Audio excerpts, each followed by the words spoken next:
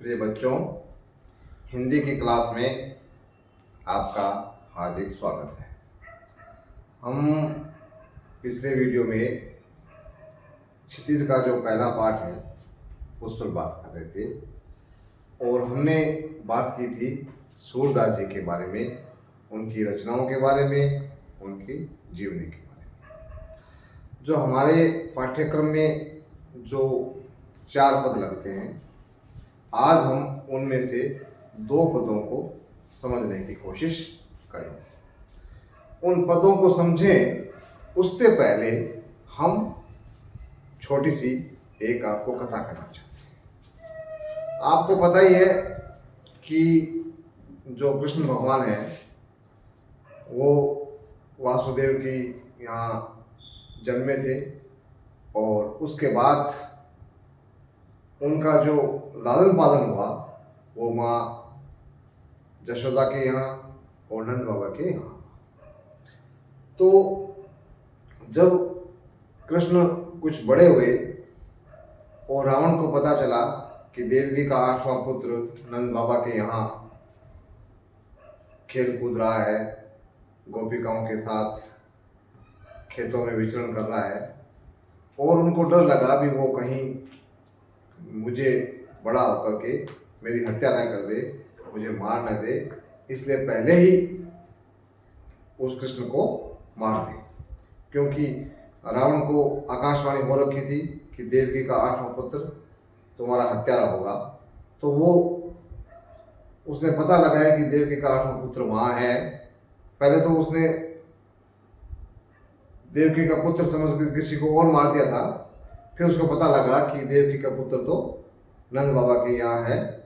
तो उसने जो अक्रूर जी को भेजा कृष्ण को लाने के लिए। तो अक्रूर जी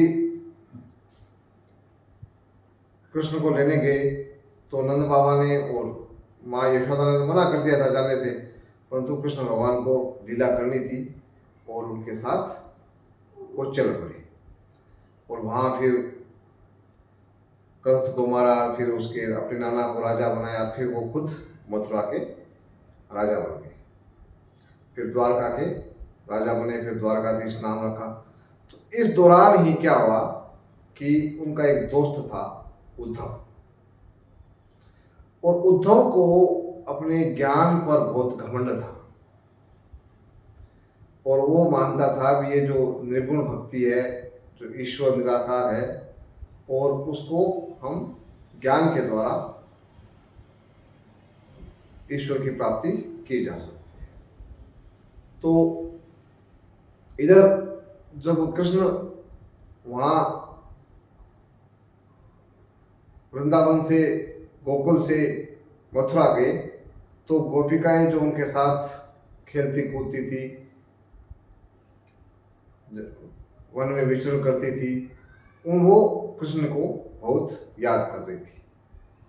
तो एक तो उनको कृष्ण भगवान का उद्देश्य यह था कि वहाँ जब ये उद्धव जाएगा तो इसके ज्ञान का घमंड दूर हो जाएगा, और दूसरा ये पता भी लगाना था कि गोपिकाएं पीछे से मुझे कितना याद करती है। तो सूरदास जी ने सूर सागर में इस प्रसंग को बहुत सुंदरता के साथ वर्णित किया है। तो ये बात इसलिए कहनी जरूरी थी, इसी के जरिए हम इन पदों को अच्छी तरह से समझ पाएंगे। अब देखिए, जब उद्धव गोपिकाओं को समझाने के लिए जाता है और ये जाता है कि तुम, कहता है कि कृष्ण का संदेश है कि तुम कृष्ण को भूल जाओ और उस निर्गुण ब्रह्म की प्राप्ति के लिए प्रयास करो जो तुम्हारा मोक्ष का मार्ग बनेगा। तब गोपिकाएं उद्धव को जवाब देती है। ये उद्धव है ना, उद्धव ये ब्रज भाषा में संबोधन है। इसको हम लिखेंगे तब ऐसे लिखेंगे उद्धव, द के साथ स्वर नहीं है और ध के साथ स्वर है और वैसे लिखेंगे। इसको ऐसे भी लिखा जा सकता है। अब उद्धव को संबोधित करते हुए जो गोपियां हैं वो कह रही है, गोपिकाएं भी लिख सकते हो आप और गोपियां भी लिख सकते हो, दोनों सही है। तो अब वो क्या कहती है कि हे उद्धव तुम हो अति बड़ भागी। अब गोपियां इस पूरे प्रसंग में उस उद्धव पर व्यंग्य करती है। तो जैसे कहते हैं कि जब आपस में कोई बातचीत होती है तो किसी पर कोई व्यंग्य करना होता है तो खुद को थोड़ा सा कमतर बताना होता है, ताकि सामने वाला ये जानते हुए भी ये कमतर नहीं है और ये अपने आप को कमतर बता रहे हैं तो वो कुढ़े, उसके अंदर कुछ कुढ़ता है। तो वैसे ही गोपियां यहाँ काम कर रही है। कैसे कर रही है कि हे उद्धव तुम हो अति बड़ भागी। अब उसको भाग्यशाली नहीं बता रही है, उस पर व्यंग्य कर रही है कि तुम बहुत भाग्यशाली हो। कैसे कि तुमको कृष्ण का प्रेम नहीं है, निर्गुण से प्रेम करते हो, जिसके साथ रहते हो उससे तुमने प्रेम नहीं किया है, परंतु हम तो उनके प्रेम में पकी हुई है। अब वो एक तरह से उनको निर्भागी बता रही है, परंतु वो कहने का एक तरीका है, एक व्यंग्य है, एक व्यंजना है। कैसे आप पूरा पढ़ोगे तो अच्छी तरह समझ जाओगे। यहां तक समझ में आ रहा है कि हे उद्धव तुम हो अति बड़ भागी, मतलब तुम्हारे भाग्य बहुत बड़े हैं या बहुत भाग्यशाली हो, कैसे भी उसको लिखा जा सकता है व्याख्या करते समय। अपरस रहत स्नेह तगाते।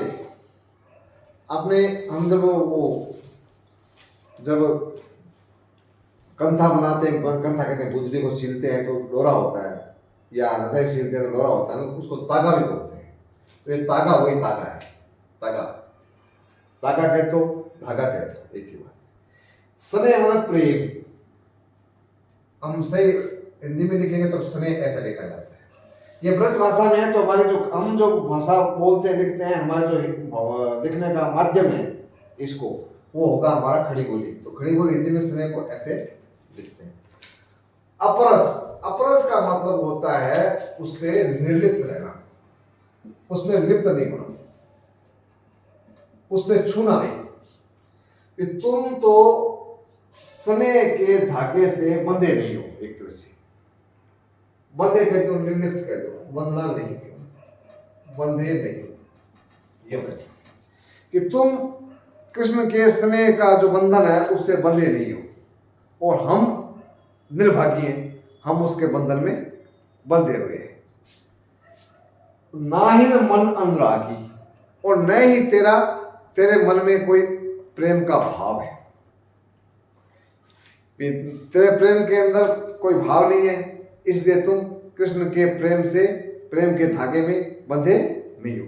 प्रेम का धागा बांधने का काम आता है। जैसे ये धागा हो तो इसको बांध देते हैं, इसको पकड़ के छोड़ दो। हम तो कृष्ण के प्रेम ने हमें बांध लिया है, तो हम तो जहां कृष्ण जा रहे हैं हम वहीं जा रहे हैं, और तुम उसके बंधन से बंधे नहीं हो, और इसलिए तुम उससे तो निर्लिप्त हो, तुम्हें उसको बंधना तुम्हें गवारे नहीं है, हम बंधे हुए। और हमारे मन में प्रेम है कृष्ण के प्रति और तुम्हारे मन में प्रेम नहीं है। वो उद्धव उनको संदेश देता है, इसका जवाब है क्या, ये यह आंसर है। कौन आंसर दे रही है? गोपियां दे रही है। किसको दे रही है? ये गोपियों का आंसर है। कृष्ण कौन कर रहा है? उद्धव कह रहा है भी तुम ब्रह्म को क्यों नहीं अपना रहे हो, कृष्ण के पीछे क्यों लगे हो?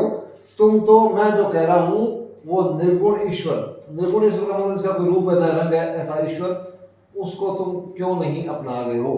तब ये उद्धव को जवाब देती है। कौन देती है? गोपियां।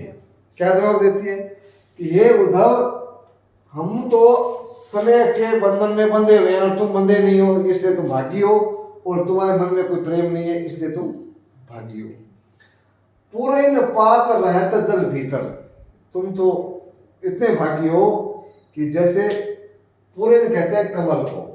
आपने यहाँ बीकानेर के लोग हैं तो कोलायत में बहुत सारे कमल हैं, कमल का तालाब भरा हुआ है तो वहां देखो कमल का जो पत्ते होते हैं उस पर पानी चिपका हुआ नहीं रहता, पानी बिल्कुल वो पत्ते अलग ही रहते हैं पानी से। तो पूरे नपात कमल के पत्ते पानी के भीतर रहते हैं, परंतु फिर भी तारस देह उनका शरीर, कमल के पत्तों का शरीर, कमल के पत्ते मतलब उनका बॉडी, वो उसका देह पर दाग नहीं लगते। किसके दाग नहीं लगते? पानी के।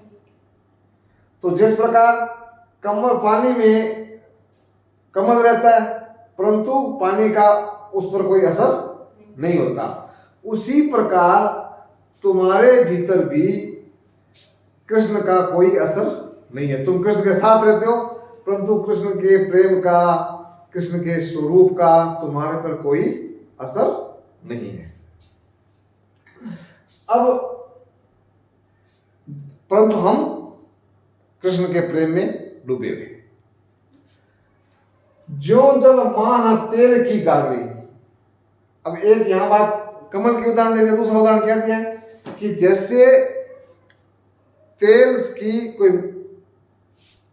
घड़ा है या मटकी है, वो पानी के भीतर डुबो देते हैं तो उसमें पानी की एक बूंद भी नहीं लगती। आप ना एक घड़े को पूरा तेल लगा दो घड़े पर और उसको पानी में ऐसे निकालो, बाहर निकालो, उस पर पानी ठहरेगा ही नहीं। तो तुम्हारा जो स्वरूप है या तुम्हारी जो स्थिति है मन की, वो ऐसी है जैसे तेल से भरी हुई गागरी है, वो तेल लगी हुई गागरी है और पानी में डुबो देते हैं तो उस पर कोई असर नहीं होता। बूंद में ताक लगाओ, एक बूंद भी तुम्हारे को नहीं लगी भी तुम कृष्ण के साथ रहे हो परंतु न तुम्हें कृष्ण का प्रेम से तुम बिल्कुल दूर रहे हो। प्रीत नदी में पावन बोलो। और यहाँ ये रूपक बनाया है। रूपक एक अलंकार होता है जिसमें किसी न किसी को किसी के समान बता करके उसका आरोपण किया जाता है। तो प्रीति रूपी नदी, प्रेम रूपी नदी में तुमने पांव डुबाया ही नहीं है, अर्थात तुमने तो प्रेम से दूर दूर रहे हो।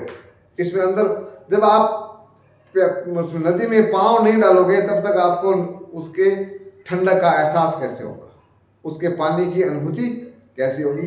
तो उसी प्रकार वो कह रहे हैं कि तुमने प्रेम रूपी नदी में पांव डुबोया ही नहीं है। दृष्टि न रूप परागी, दृष्टि कहते हैं नजर को। तुम्हारी जो नजर है वो कृष्ण के रूप पर मोहित हुई नहीं है। परागी माना मोहित या मुक्त होना, रूप माना उसका सुंदरता या उसके स्वरूप, उसकी छवि, इसके ऊपर तुम्हारा ध्यान गया ही नहीं है, तुम्हारी नजर गई ही नहीं है। सूरदास अबला हम बोले, फिर तो कितना उनका तीखा व्यंग्य कर रही है कि सूरदास जी के कह रहे हैं कि वो गोपिका, सूरदास जी यहाँ मतलब सूरदास जी रचना करने वाले इसलिए सूरदास जी नाम आया है। अब गोपियां कहते हैं कि अबला हम बोली, हम अबला, अबला कहते हैं जिसमें बल नहीं हो, लड़कियों के लिए भी काम आता है क्योंकि लड़कियां लड़कों से कम शरीर में बल वाली होती है, इसलिए उसके लिए अबला पर्यायवाची होता है।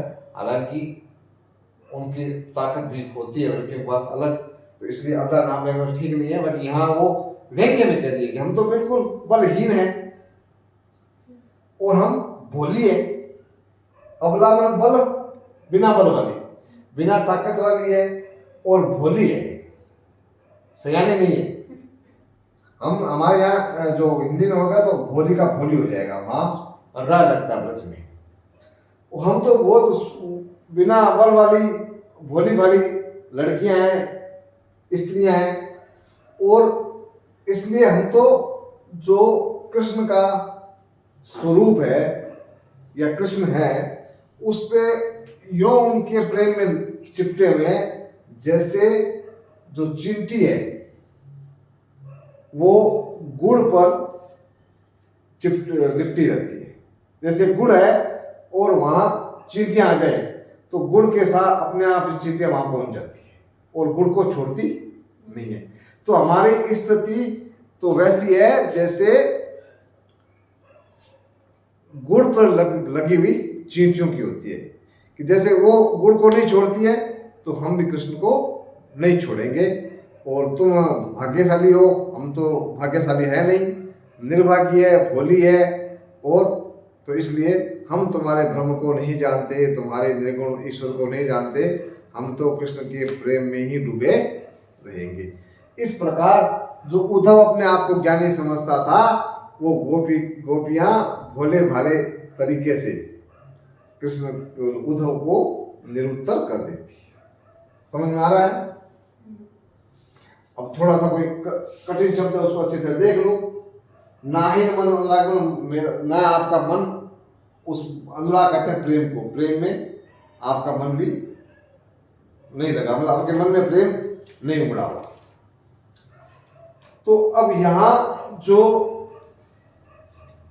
इसमें शैली है, अगर प्रश्न आता है हमारी परीक्षा में तो क्या कौन सी शैली है, तो ये पद शैली है, ब्रज भाषा है, गोपिकाएं व्यंग्य बाण चला रही है, और पूरी जो कविता है उसमें कवि ने व्यंजना शब्द शक्ति का प्रयोग किया है। अगर व्याख्या करनी आए तो ये सब विशेष में आ जाएगा। यहाँ अलंकार की बात आती है तो रूपक अलंकार हुआ है, तो ये जैसे जो आ जाता है ना, जो जन महा, तो जो जैसे शब्द आता है आप ये मान लो वहां उदाहरण अलंकार होता है। यहाँ उदाहरण लिख सकते हो, उदाहरण अलंकार है। जब व्याख्या करते हैं तो विशेष आपको लिखना होगा, तब इसमें लिखेंगे ये इसमें उदाहरण अलंकार है। तो अब जैसे ये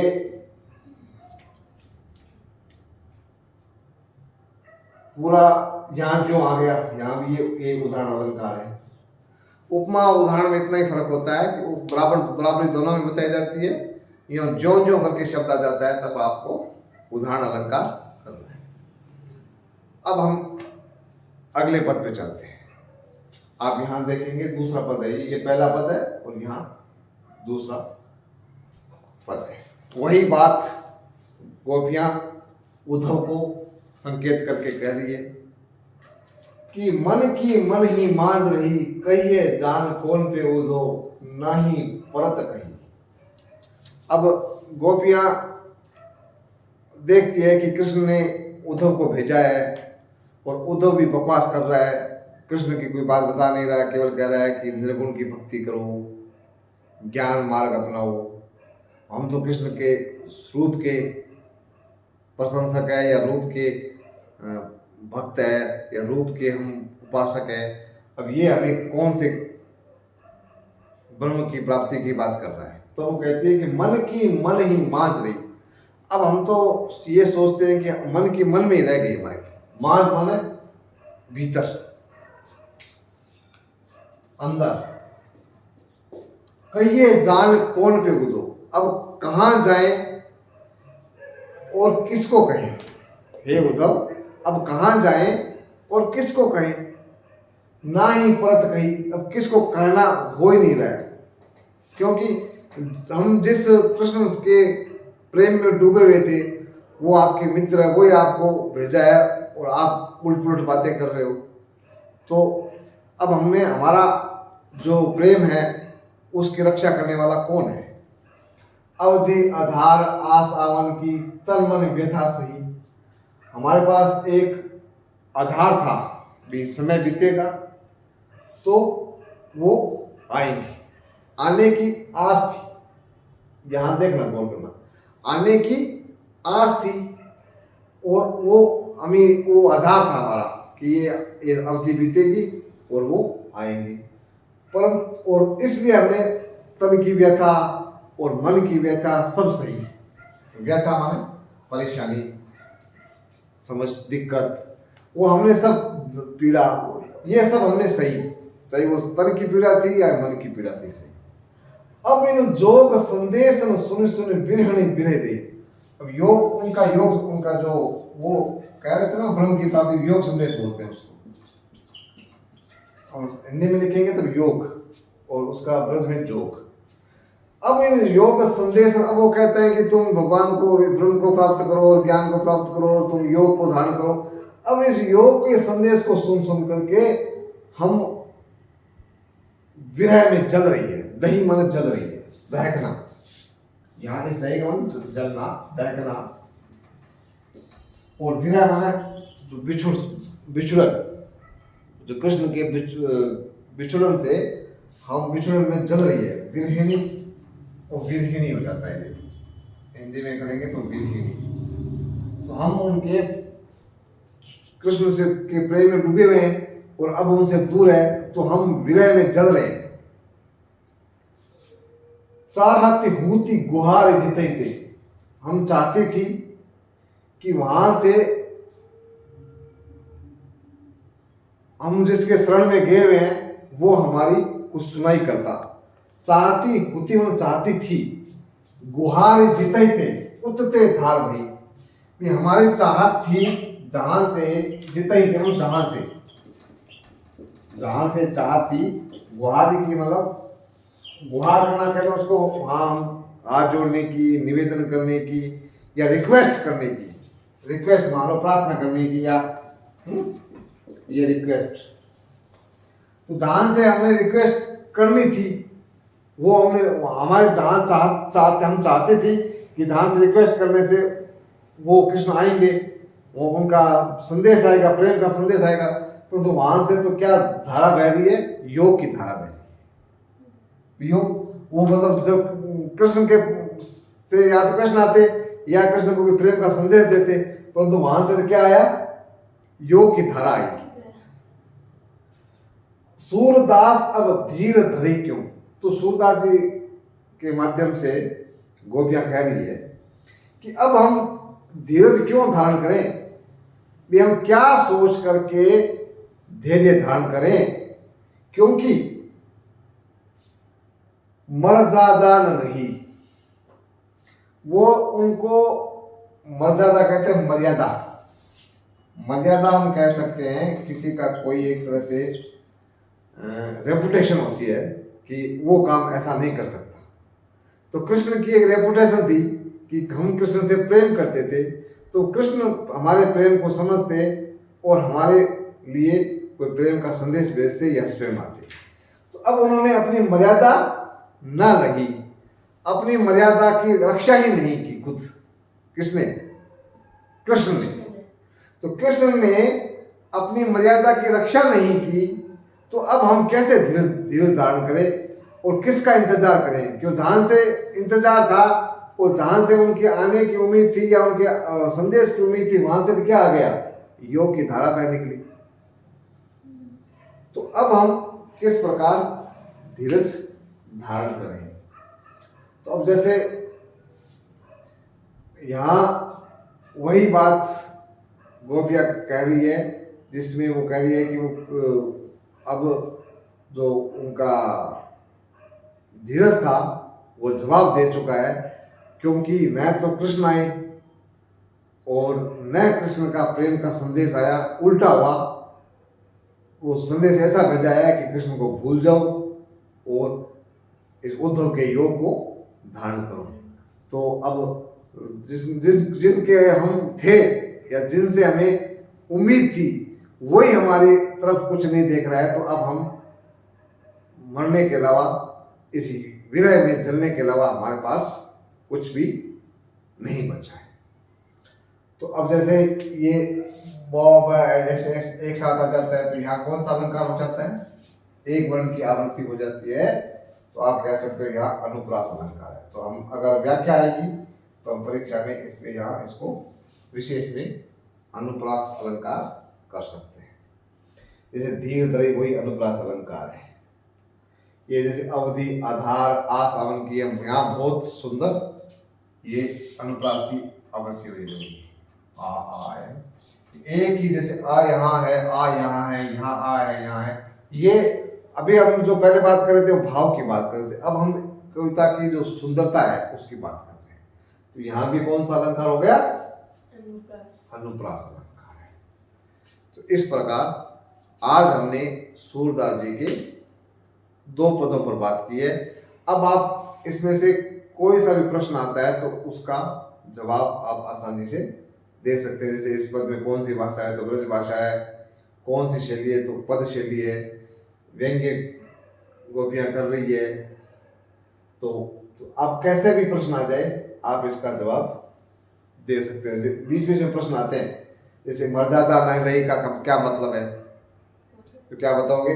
ये है कि कृष्ण भगवान ने अपनी मर्यादा छोड़ दी है, मतलब कृष्ण को गोपियों से जो प्रेम किया है उसका सही सही तरीके से उनके साथ व्यवहार करना चाहिए, वो व्यवहार नहीं किया है, तो इस प्रकार उन्होंने मर्यादा नहीं रखी।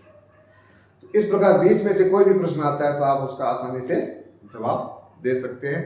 अब जो आपकी जो पाठ्य पुस्तक है उसमें भी कुछ प्रश्न होंगे और कुछ प्रश्न जो अन्य आपके पास एक्सरसाइज बुक है उसमें से देख सकते हो, तो आप सभी प्रकार के प्रश्नों के जवाब दे सकते हो। तो आप लगातार मेरे वीडियो को देखते रहें, हम लगातार इसी किताब पर आगे भी वीडियो बनाएंगे। आप जुड़े रहिए तो आप अच्छी तरह से इन सभी पदों को समझ सकेंगे और आप अच्छे अंकों से कक्षा 10 को उत्तीर्ण कर सकेंगे, और जो साथी इसकी टीचर्स की तैयारी कर रहे हैं वो भी अच्छे अंक ला पाएंगे। इसी के साथ धन्यवाद। जय हिंद, जय भारत।